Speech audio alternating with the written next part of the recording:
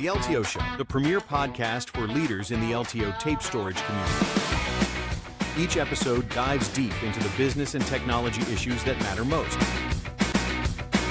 LTO Show keeps you informed and inspired.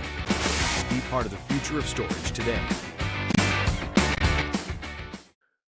Welcome to the LTO Show, the premier podcast for leaders in the tape and storage industries.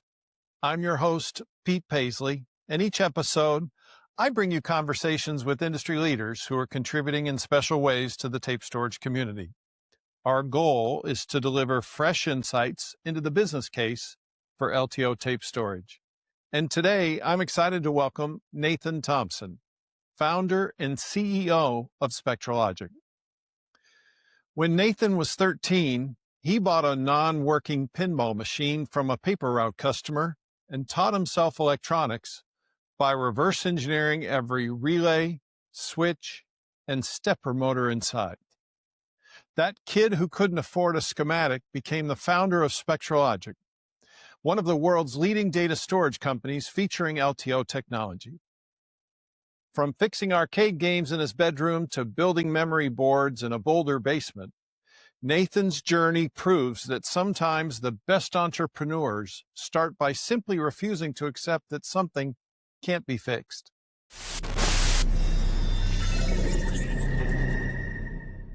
Nathan Thompson, we're very pleased to have you on the LTO Show. Thanks for joining us.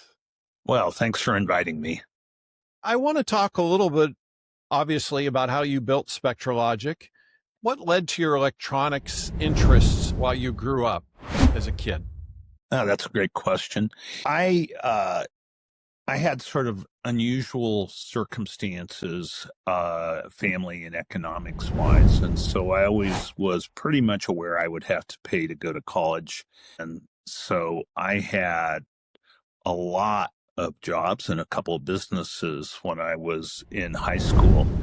And one of the jobs, this was probably in when I was 13 or 14, I had Denver Post paper routes. And the Denver Post is still, albeit diminished, but it is still being published for Denver. And there used to be a great job for kids, which was to deliver papers. And so I think I had 5 paper routes, and maybe that was it was probably about 500 to 700 customers. And I happened to have a customer in Denver that had a pinball machine on his front porch. And I'd talk to him. You'd have to go door to door to collect for the monthly charge for the subscription of the paper. And I'd talk to him. And so I ended up purchasing it from him. And I took it home and put it in my bedroom and powered it on, and it didn't work. And parts of it would work. The lights would come on and a couple of things. But I would say this was before transistors in pinball machines or chips. It was 100% electromechanical steppers and relays and transformers, and light bulbs and switches. And so I had to figure out how to make this thing work. And I don't have any of them, but I would make simple drawings of how this was connected to this. And I didn't know you could go buy a schematic for them. And so I sort of taught myself simple digital electronics by going through and fixing everything in that pinball machine. So that really got me interested in kind of 2 areas. One was the electronics part, but 2 was the digital part. And I always sort of had this thought, this thing's really fun and I like it, but why can't you change it? And so there was, at the high school I went to, you could be part of a computer math class. You had to do math, which was fine. And I think you had a similar experience, but I went to the Emily Griffith Opportunity School where I could punch cards and write programs that ran on a UNIVAC 1106 computer. And so, I did programming, and then I got a bunch of jobs in computers, and later, when I was 16, 17, 18, and worked for 3 computer companies, and then went off to college. And I didn't go very far, went to Boulder.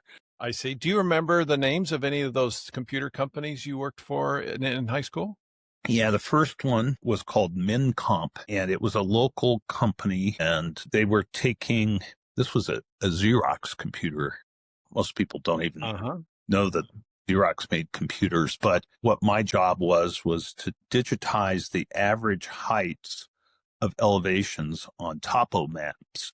The early idea here was figure out what this is before you had satellite mapping and that sort of thing, but to figure out what the height was so you could figure out then conceivably where veins of minerals or oil or something went. So I did hand digitizing for MinComp. Wow. Early geographical information systems, it sounds like. Yeah. Yeah. Just early. And so then I had a customer on a paper route, and I was going around the paper route and telling my customers, "Hey, it's been great, but I've got a job." And he said, "Well, I'm part of a company. We're starting a business to take a 8.5 or let's say 8-inch floppy disk drive, build an interface card, and sell it to hobbyists." And so I went to work there. Actually, that was hand digitizing was good, taught me some fast math skills, but boy, it wasn't a career in it. So I went to work for that company, and I ended up doing both hardware and software, but it really got this bug for data storage. And I wrote parts of an operating system, and it's very simple device drivers for printers and other things you'd hook up to computers. And then went bankrupt. It went under, and I got laid off. And yeah, I guess that would be a layoff. And so I ended up going to work for a company that wrote software for Texas Instruments 990 computers. And that was a 16-bit computer. And I did both hardware and software in that, and I went to college, and I pretty much had to work the whole time I was in college to keep paying for that. I see. Now, some of these jobs you just described, though, most of those were while you were in high school? All of those were. I haven't really had Okay, so you had some job. amazing experience in technology businesses in high school compared to the average kid. And is that kind of what led you into this electrical engineering path once you attended Colorado University in Boulder? Yes. Actually applied to get into the engineering school and was accepted, maybe later to their chagrin. And so I started and finished, albeit just barely, with a degree in electrical engineering and computer science. Well, as I understand, you had a lot of other interests going on, so maybe that contributed. So Nathan, if I could, what kind of student were you in high school? Did you excel in math, or, how were your grades? I'm kind of curious. With all this going on, in high school, they were, I was probably in the top 5% of my class. I did lots of AP classes. I did well on college entrance exams and things like that. But the only place that I could even conceive of going to school was just due to, not even being able to get an airline ticket to go somewhere was CU Boulder. I see. Now, you were repairing pinball machines while you were in high school. Was that a business you started while you were in high school after you acquired the first one that didn't work? You learned how to repair them. And I think you were repairing them, if I understand correctly, for some local businesses, et cetera. Yes, probably not very efficiently, but I could get it done, and I didn't charge much. And did you have an entrepreneurial bug at that time? Were you, how do I say it? Some people have a knack for making money. They might be good technically too, but was that part of the interest? I've always been like that. My first failed entrepreneurial venture was in second grade. Like I said, my family circumstances were pretty, I wouldn't say meager. I never starved or anything, but not just barely anything. And my cousins in Kansas their families would give us their toys about 6 months after, and they gave me a creepy crawler set. I had made all these creepy crawlers. I sold them to the second grade kids for their lunch money. And then I came to realize the role of government. Nathan, I'm sorry. Weren't the creepy crawlers the stuff you baked in a little oven or something? Yeah, I Yes. had. I haven't heard of those in a long time. Anyway, yeah, then so I that was probably the first venture of having a Interesting. product, selling it. And then I got in trouble with school in second grade for I thought it was their money, but apparently I was taking the kids' lunch money and they're buying these plastic bugs. So You're a big you bully. always have to watch, the greater rule set. Yeah. Yeah. Interesting. So you went into CU studying for an engineering degree and computer science degree, right? You finished with a dual degree. What business, by the time you were graduation time at CU, you had Western Automation was running. You started that as a student at CU in like your sophomore year or so? Yes, I got down to the last $1,000 or something. I was being harassed by the university because I hadn't paid my tuition. I was getting harassed by the apartment I was renting for not paying rent. And I kind of took the last $500 and started what is still this business to this day. And I didn't sleep much, probably 3 hours a night for 4 years, and took the engineering course load and the programming course load and ran a business. And when I graduated, I think we had about a dozen people. 3 of us are still with the business. Wow. So So what was the first deal that drove Western Automation? So you must have known there was an opportunity. Somebody needed these cards. It was an unmet need, maybe from one of the other companies you'd worked for. You got to tell me a bit more about those first deals at Western Automation. Sure. So I think I brought up this 16-bit Texas Instruments computer. Somewhere about 3 years into it, I ended up, a bank had repossessed a machine that myself and the fellow I worked with the job in high school, and it was my mini computer, and they wanted me to take it over and try to sell pieces, which I did, and Part it out. and we parted out essentially because they didn't know anybody else who could kind of do Yeah. that. And I came to realize that a 64 kilobyte memory board that would go into this machine was $18,000, and I could make a megabyte for $1,000. So I built a memory board that plugged into these mini computers, of which at one point there were as many as 250,000 worldwide, and sold an add-on memory card. And I think I sold it for $4,000. So it had a good margin. Actually built them in a house in Boulder. And so that was one of the businesses. And I did a lot with 8-inch floppy disk drive. What kind of margin? So you were building third-party memory basically for these mini computers from your dorm room or garage where you lived? It was myself and one of my long-suffering roommates had rented a house in South Boulder. And so people would come to the house and build stuff in the basement. I would ride my bike to the engineering school or wherever my class was, and come back, and I'd either sell stuff in the morning or sell stuff in the afternoon. Anyway, that worked out until we bought a bunch of disk drives we sold to the Rocky Mountain Bank Card, which was the local Visa processor. Awesome. These were 300 megabyte. These people would call them washing machines because you'd open it up the Disk front pack. and pull out a disk pack. Yeah. And so I had 18 of those delivered by semi-tractor trailers. I'd sold those to Rocky Mountain Bank Card. It was just buying and selling control data disk drives. It blocked the street off. And so the neighbors built an eviction committee to throw us out because they didn't like that I was running a business in a house. And I was getting close to graduation, so just barely missed getting evicted. Moved to a building in kind of East Boulder. And, that's where the company went when I graduated. I see. And we've continued doing lots of others.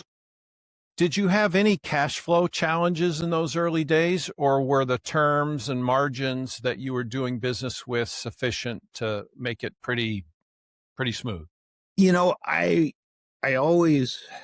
would have to say in the history of the business, I've never had cash flow problems. And I mean, that is because I'm not very sophisticated. I went to engineering school, so I didn't really understand debt or that kind of thing. So I just always managed to have a lot more cash than I would need and always be able to pay people and pay my suppliers. But no doubt it limited at times the growth potential of the business because, yeah. So do you have any deals that went bad back in the early days before as Western Automation that are of note? Any interesting stories of deals that went wrong? Customer canceled I have after one. you bought the equipment, that kind of stuff? Well, I mean, when a deal goes bad, you have to make it right. And so a couple of years into it, probably it was about 5 or 6 years after I graduated, we had stayed on that with memory boards and interface boards for that 16-bit computer. And we came up with a caching memory board, which instead of using DRAMs, it would cache commonly hit segments of that memory with SRAM. So it was very, very fast. And the 16-bit computer would run 20 or 30% faster. So we designed a board that would do that. And we actually had a different engineer who did most of the work. And we put a few of them out there and they didn't work. And so there was one in Puerto Rico and I had to go babysit the customer pretty much as a hostage to allow our engineering team or team guy probably at that point to see if he could come up with some fixes. And then this customer was a reseller of ours, was also had one that was failing in Florida. And so I went to Florida, sort of if, they want to shoot you, they probably won't do it if they're looking you straight in the eye. And so I went down there as a hostage for a copier sales business. And the reseller was run by a woman by the name of Dana, who I got to know and married. So that's my history of taking a really bad screw up and turning it into a lifetime relationship. That's making lemonade. That's making lemons. That's making lemonade out of lemons. Yeah. And there's been a few things we've screwed up and we've always focused on making it right with the customer. And usually it isn't, take it back. It's just customer intimacy. Go see what the issue is or send people, lay out a plan, win a few points along the way for following through and calling them back and listening to them complain and then go fix the thing one way or another. From selling creepy crawlers in second grade to building memory boards in a Boulder basement while attending CU Boulder, Nathan Thompson's journey is a masterclass in entrepreneurial resilience. What strikes me most about Nathan's story isn't so much his overall brilliance. It's the relentless problem-solving mindset.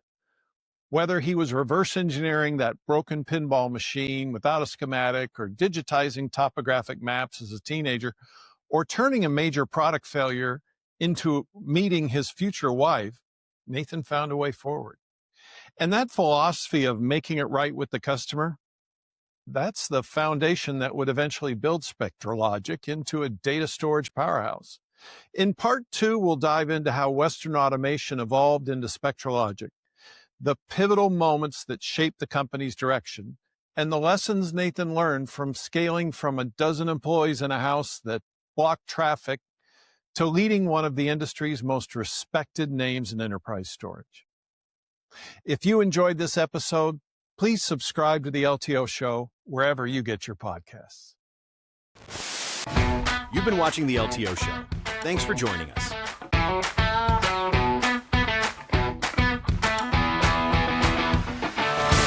The LTO Show is produced and written by Pete Paisley. Thanks to our sponsors, these guys and these other guys.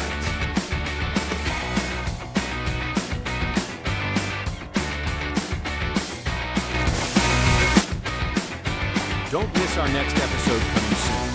feature industry leaders in data archiving that supports LTO storage.